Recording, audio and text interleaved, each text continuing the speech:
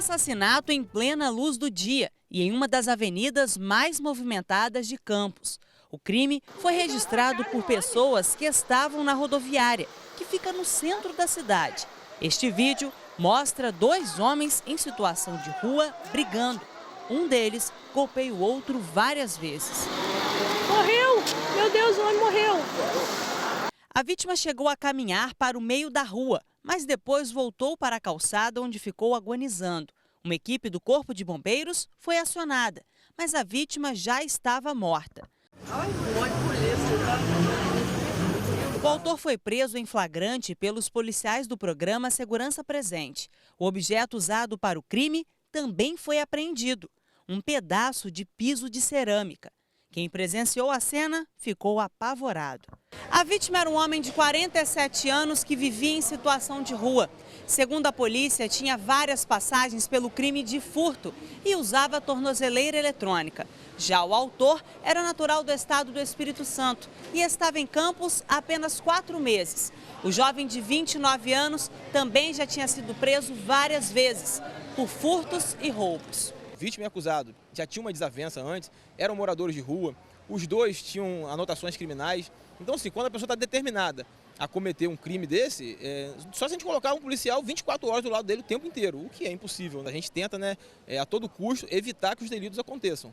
Mas quando eles acontecem, a gente age de forma enérgica e várias vezes a gente consegue prender em flagrante, não só casos de homicídio, mas também casos de roubo. Teve uma situação de uma moto também que foi furtada aqui na rodoviária, nós conseguimos prender minutos após. No momento do crime, 2 equipes do Segurança Presente estavam no local. Uma em um ponto fixo da rodoviária e outra em patrulhamento. Uma guarnição do 8º Batalhão da PM também estava de plantão na área. Atualmente, uma das preocupações da polícia é a quantidade de pessoas em situação de rua que podem apresentar riscos à população. São pessoas que a gente, Polícia Militar, não tem muito o que fazer. A gente aborda as pessoas quando estão em atitude suspeita, mas se eles não tiverem com nada ilícito, não tiver com droga, não tiver com arma, com nada ali que justifique uma condução para a delegacia, nós temos que liberá-los. Então eles acabam ficando nas ruas, não são todos, mas muitas pessoas em situação de rua acabam fazendo uso de drogas e às vezes também praticando ali tráfico, alguma situação dessa, e roubo, furto e homicídio. Então é uma situação muito complexa que a gente precisa pensar melhor, os outros órgãos públicos também, para tentar resolver essa situação em Campos que está muito complicada. Eu vou até, mais uma vez, como eu fiz a abertura aqui no Balanço Geral, porque muitas pessoas, depois desse vídeo que repercutiu nas redes sociais, muitas pessoas questionando onde estava o Segurança Presente. Muitas pessoas questionando onde estava a polícia. E eu estou dizendo aqui nesse momento que essas pessoas que ficam perguntando isso, elas têm que pensar nesse detalhe de perguntar, porque não é dessa forma. Inclusive, os agentes do Segurança Presente estavam próximos e conseguiram prender rapidamente o suspeito. Eles acabaram de chegar na hora que estava acontecendo e eles não têm como ficar, como bem disse aí o coordenador do Segurança Presente, não tem como ficar. Eles são presentes, mas não são onipresentes. Ou seja, não estão 24 horas em todos os lugares, em todas as ruas, em todas as calçadas. Então, assim, eu estou fazendo questão de falar até mesmo para não ficar de uma forma que as pessoas entendam errado. Então, mais uma vez eu digo, a pergunta foi das pessoas que estão comentando, julgando, criticando, onde está os agentes do Segurança Presente? Eles estão nas ruas, eles estão fazendo um excelente trabalho, por sinal, estão prendendo as pessoas, estão contribuindo com o trabalho da polícia, levando para as delegacias. Mas aí depois, o que é que acontece, gente? Depois essas pessoas, como a gente viu ali o coordenador falando, que tem várias passagens, eles são soltos, eles voltam para as ruas. E eles voltam a praticar esses tipos de crimes. Então, quando eu falo assim que a gente precisa pensar e repensar mesmo, mas é muito mais profundo do que a gente possa imaginar e não criticar ou perguntar onde está. E eu fiz essa comparação justamente para chamar a atenção da nossa população para buscar sim, e a gente precisa cada vez mais desse reforço na nossa segurança, mas não nesse sentido. Eles não têm como estar 24 horas em cada local. E nesse caso aí a gente teve essa atuação rápida. Inclusive, o Centro de Referência Especializado para Pessoas em Situação de Rua, o Centro POP, confirmou que a vítima vivia em situação de rua. É o que a Dorlane Telesport vai explicar para a gente agora. Ela também está acompanhando esse caso desde cedo e está causando aí essa repercussão na cidade. Não é à toa que é um tema super polêmico e a gente precisa discutir e falar sobre essa questão. Dorlane, boa tarde. Oi, Ana Paula. Muito boa tarde para você também. Boa tarde a todo mundo que está assistindo o Balanço Geral. Tanto que é um tema que tem que ser discutido e ações devem ser realizadas em várias esferas, Ana Paula. Cada um dentro da sua responsabilidade. No caso aí dessa vítima, né, era uma pessoa em situação de rua, mas que era referenciada, né? Esse homem era referenciado no Centropop. Já o autor, não. E como é que funciona essa política, né, aqui no município de Campos? Tanto que a gente convidou a Maria Amélia Lopes, ela que é diretora de proteção especial. Muito obrigada pela sua participação ao vivo aqui no Balanço, porque isso acaba tendo um tipo de repercussão, ainda mais quando são duas pessoas em situação de rua que estavam um do lado como vítima e o outro como o suposto autor, né, apontado como suspeito. E a senhora pode falar para a gente como é que é feita essa abordagem, como é que o município de Campos atua nessa área? Boa tarde, eu só quero esclarecer uma coisa. Não eram duas pessoas em situação de rua, como eu quero te explicar, referenciados no departamento. Porque no Centropop, eles referenciaram, a vítima era referenciada, o outro nunca foi encontrado por nós em abordagem nenhuma. Nós fazemos de domingo a domingo 2 abordagens por dia, onde uma é à noite, certo? E o rapaz, a vítima, ele era uma pessoa que ele, inclusive, tinha família, ele não aceitava acolhimento, ficava em situação de rua, recebia cobertores, recebia atenção, conversava com as psicólogas, com assistente social, mas ele nunca quis ir para acolhimento. Tanto que hoje, né, quem está agindo o enterro dele é a família dele. Nós, assistência, estamos dando toda a estrutura que a gente dá de ajuda, que é o papel da assistência, certo? Agora, a pessoa que está sendo acusada como possível assassino, nós não temos conhecimento, porque ele nunca foi encontrado em nenhuma das nossas abordagens, não é referenciado no Centropop e nós não sabemos nem de quem se trata. Quero deixar claro também que a vítima, ele nunca foi acolhido porque ele nunca quis, tá? Mas sempre foi assistido. Quando a gente fala essa questão de não é acolhido porque nunca quis, até porque as pessoas não são obrigadas a receber esse tipo de atendimento. Então, quando ele vai, por exemplo, quando ele aceita e vai, por exemplo, para um Centropop, que tipo de assistência que ele tem quando a gente fala que é uma equipe multidisciplinar que acaba atuando nesse sentido? Ele vai para o Centropop, no Centropop nós ofertamos café da manhã, almoço, ofertamos o banho, ofertamos oficinas, ofertamos atendimento de psicólogo, de assistente social e de pedagogo, certo? Nós ofertamos tudo isso para quem é atendido pelo Centropop. Então, é feito todo um acompanhamento com ele por aí.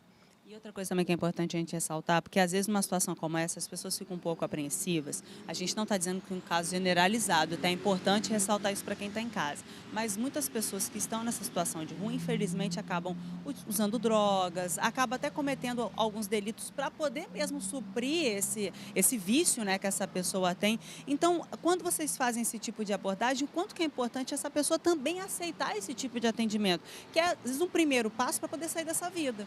Por isso, nós ofertamos a abordagem 2 vezes por dia, entendeu? Porque uma vez ele não aceita, a outra também não, a outra também não, mas numa terceira, numa quarta ou numa 10ª que ele aceite, já melhora para todo mundo.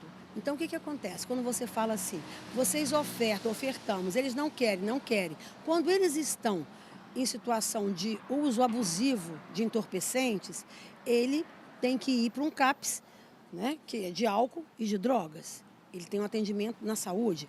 Quando ele está em situação de problemas mentais, ele também tem a saúde mental que atende, certo? E quando ele está controlado nessas 2 situações, nós ofertamos os abrigos e os acolhemos. Porque, por exemplo, se eu tenho 50 pessoas, 49 pessoas no Manuel Cartucho, para eu colocar a pessoa de número 50, eu também tenho que colocar uma pessoa que não ofereça riscos a quem já está lá dentro. Porque nossos abrigos são de portas abertas. As pessoas saem durante o dia, elas ficam onde querem, tomam café da manhã, tem almoço, tem lanche da tarde, tem jantar. Nós ofertamos 6 refeições diárias nos abrigos. Ofertamos as oficinas, com pedagogos também no abrigo, ofertamos o assistente social, ofertamos o psicólogo, ofertamos todo o acompanhamento, certo? Hoje, por exemplo, tem uma festa junina no Manuel Cartucho.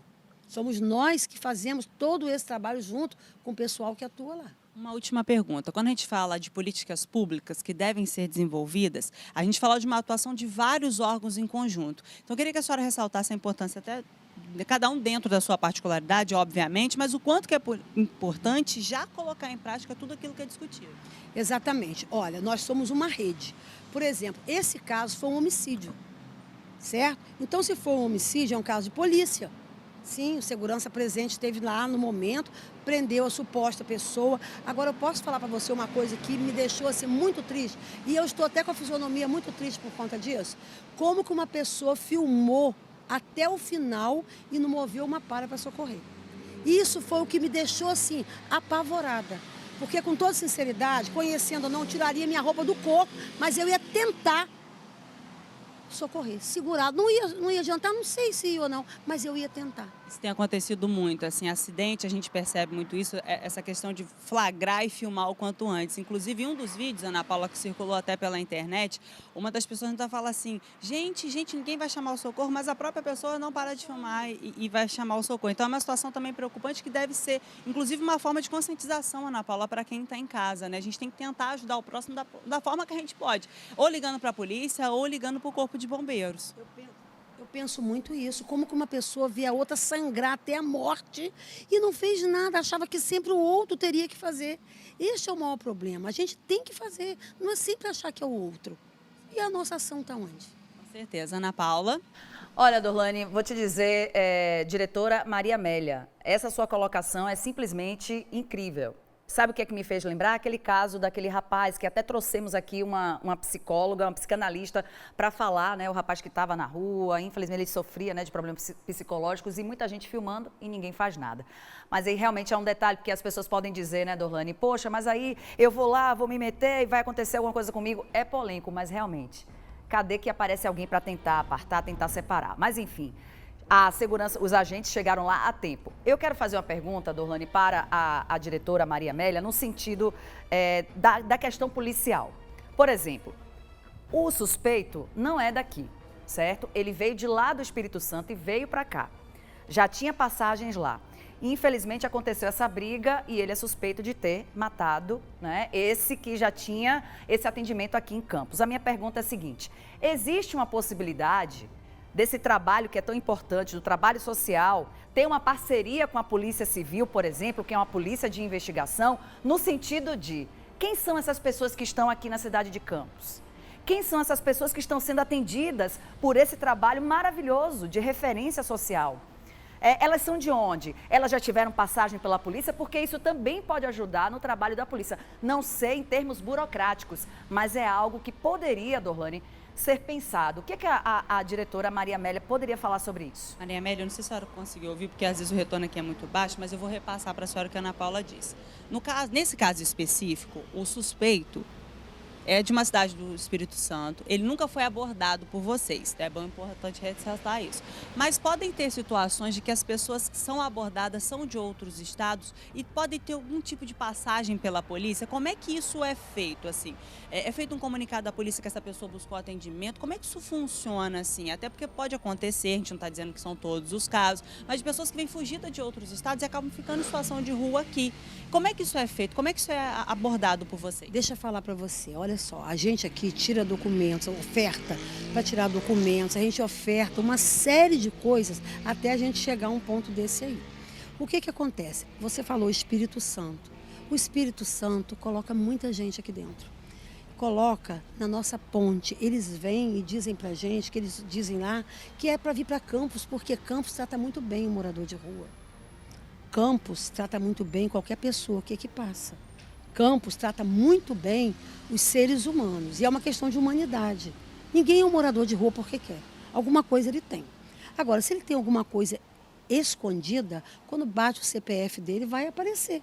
Certo? E eu vou dizer uma coisa para você. O segurança presente, ele entra, ele pede o número de CPF nas situações e eles fazem essa abordagem lá, pela rua, e quando é qualquer situação assim, vocês não vêm aí dizer que aprenderam, é porque encontram assim. Nós fazemos oferta dos nossos serviços, onde um deles é tirar documento. Entendeu? Entendi. Muito obrigada pela sua participação. Ana Paula, a gente volta aí no estúdio com você.